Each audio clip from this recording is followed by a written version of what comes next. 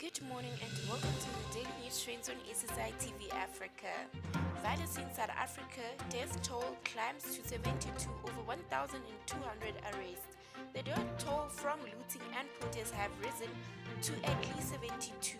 The number of people arrested is now over 1,200. The police say a number of people died during stampedes when looters attacked shopping centers. There are growing calls for President Cyril Ramaphosa to declare a state of emergency in KwaZulu-Natal, but the security cluster insists this isn't necessary. The police also say they are on high alert in provinces other than KwaZulu-Natal and Gauteng. Senior ex-intelligence agents and ANC members under probe for allegedly igniting Zuma riots. State Security Minister Ayanda Dlodlo has confirmed they are investigating information as to whether senior former agents in the agency and senior ANC members aligned to former President Jacob Zuma are responsible for igniting the recent violence in KwaZulu-Natal and Gauteng.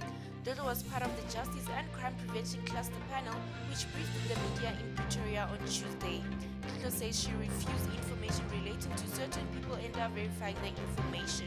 She denied that the intelligence community did not react fast enough to prevent the plundering and violence. Police presence to be increased in looting hotspots. Police Minister Becky Cele says there will be an increased police presence in looting hotspots. Cele was speaking in Alexandria, Johannesburg, where the army has been deployed to quell looters who cleaned out the local pick and pay. At least 45 people have been killed in violence in both Gauteng and KwaZulu-Natal. Cele says police will monitor the area overnight and they are making sure that there are enough officers. Heated standoff between police and looters. As rampant looting continues in parts of Gauteng, the situation in Floss Forest is volatile, with the looters not backing down. After cleaning out at least 5 shopping centers in the last few days, hundreds of looters descended on the Chris Hani Crossing Mall, where even law enforcement struggled to contain them. A black man like me did this to me.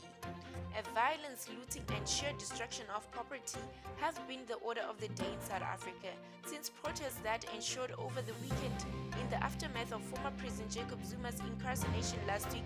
While to the many it is just news, from Tutuka Mabunda, this is the beginning of an uncertain future. On a cold morning in Johannesburg, Mabunda, helped by his dad, is seen loading clothes dripping of water into the boot of his car at the Chris Hani Mall in Floss Forest.